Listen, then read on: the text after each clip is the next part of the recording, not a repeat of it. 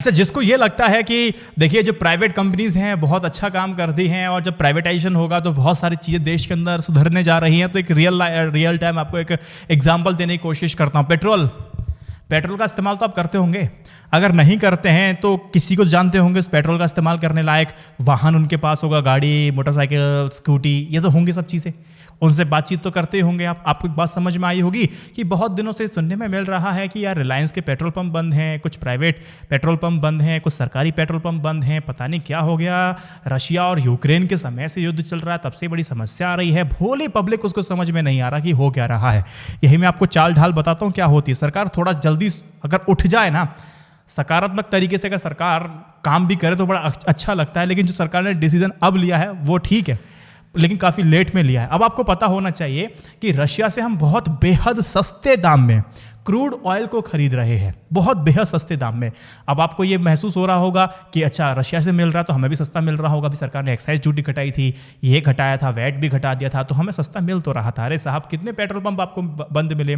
सरकारी जो कंपनी जो पेट्रोल देती हैं, जो उसका वितरण करती हैं, बहुत सारे पेट्रोल पंप उनके बंद, रिलायंस के पेट्रोल पंप उनके बंद। जब आप सस्ते में ला रहे हो तो दे कहाँ रहे हो।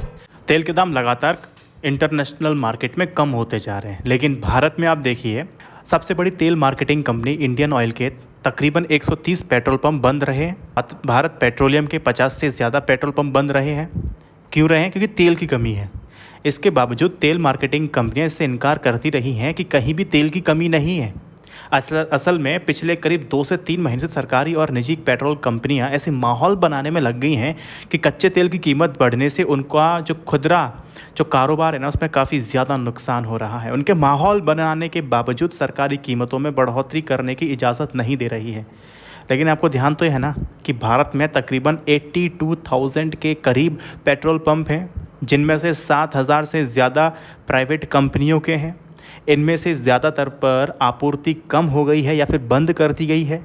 समझ रहे हो? चुनाव आ रहे हैं, चाह करके भी सरकार पेट्रोल के दाम नहीं बढ़ने दे रही और ना ही बढ़ाने दे रही है। अब भैया, अगर निजी कंपनी को फ़ायदा नहीं मिलेगा तो आपको भी फ़ायदा नहीं देगी। समझिए और गंभीर तरीके से सुनिए अंदर की बात। अब आपको मैं रिलायंस का एग्जांपल मैं आपको देता हूँ। रिलायंस ने पेट्रोल देना बंद कर दिया। उसे कई सारे पेट्रोल पंप जो हज़ारों की सैकड़ों की तादाद में हैं वो सारे बंद हैं, और कहा जा रहा है कि देखो शॉर्टेज है। अरे साहब, पूरा सप्लाई आप रशिया से ले रहे हो, सस्ते में ले रहे हो। आपने इंपोर्ट तो ज़्यादा कर लिया, लेकिन खपत आप ना घरेलू जो आपका उपभोक्ता जैसे कि मैं और आप हैं, आप उसको नहीं दे रहे हैं।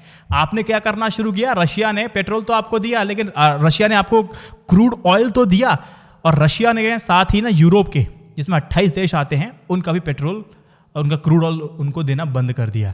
अब रिलायंस क्या कर रहा है? रिलायंस जैसी कंपनियां क्या कर रही हैं? रशिया से पेट्रोल लिया, रिफाइन किया, यूरोप पहुंचा दिया, लिया, यूरोप पहुंचा दिया। पूरा मुनाफा उनको दे रहे हैं, पूरा मुनाफा कमा रहा है अच्छा खासा। और मुझे और आपको पेट्रोल नहीं मिल रहा है, यहाँ पर मुझे आपको डीजल नहीं मिल रहा है। यहाँ 20-20, 25-25 रुपये आपकी सीएनजी के दाम बढ़े जा रहे हैं। सरकार को ये बात बहुत लेट में समझ में आई। ये बहुत बड़ा खेला हो रहा है। तो वैसे तो पेट्रोल का अगर आप पूरा ब्रेकअप करके देखेंगे, कैसे जीएसटी, उसमें कैसे एक्साइज ड्यूटी लगती है, वैट लगता है, डीलर कमीशन लगता है, सारी चीज़ आपको पता ही है। 30 अगर आप सब कुछ बहुत नॉर्मल तरीके से देखेंगे 50-55 के आसपास, 60 के आसपास पेट्रोल मुझे और आपको मिलना चाहिए, लेकिन मिल कितने रहेगा? 100 का मिल रहा है। तो ये सारी बात तो आपको पता ही है, मान के मैं चल रहा हूँ। लेकिन जैसे ही सरकार को रियलाइज़ हुआ कि नहीं यार कुछ तो गड़बड़ है, तो सरकार ने ना फिर उस पर टैक्सेस लगाना शुरू किए, और तब जा कर के जो प्राइवेट जो कंपनीज हैं, रिलायंस हैं, इन पर शिकंजा कसा। लेकिन तब तक अच्छा खासा उन्होंने मुनाफा कमा लिया। फिर सरकार ने क्या, पेट्रोल पर और विमान ईंधन के निर्यात पर तकरीबन 6 लीटर रुपए, फिर डीजल पर 13 रुपये लीटर का अतिरिक्त शुल्क लगाया। फिर एक एडवाइजरी दी, बोले जितनी भी रिफाइनरीज कंपनी है ना, 1 टन निर्यात पर आधा टन ईंधन घरेलू ज़रूरत के लिए आपको उपलब्ध तो कराना पड़ेगा। सरकार को ये कदम तो पहले उठा लेना चाहिए था कायदे से, और ये भी सुनिश्चित सरकार को कर देना चाहिए कि निजी कंपनियां भले ही मुनाफा कमाएं, पर घरेलू ग्राहकों की मुश्किलें तो पैदा ना करें।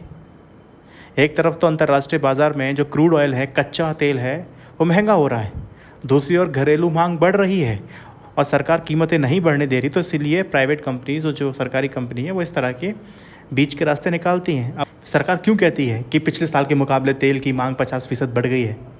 सरकार को तो पता होना चाहिए ना कि पिछले साल कोरोना की वजह से लॉकडाउन में तेल की खपत तो वैसे ही कम हो गई थी, अब जब लॉकडाउन खुल गया तो खपत तो बढ़ेगी। इसको समझने के लिए किसी को इकोनॉमिस्ट होने की आवश्यकता नहीं है। अच्छा, अब मैं आपको एक बात बता देता हूँ, मुनाफा कमाना is not a bad thing. यार कम से कम अपने देशवासियों को तो दो मुनाफा, उनसे कमा लो थोड़ा ज़्यादा, थोड़ा सा कम कमा लेते लेकिन कमा लेते। आपने हम आपूर्ति बंद कर दी और आप यूरोप से पूरा पैसा छाप रहे अच्छा खासा।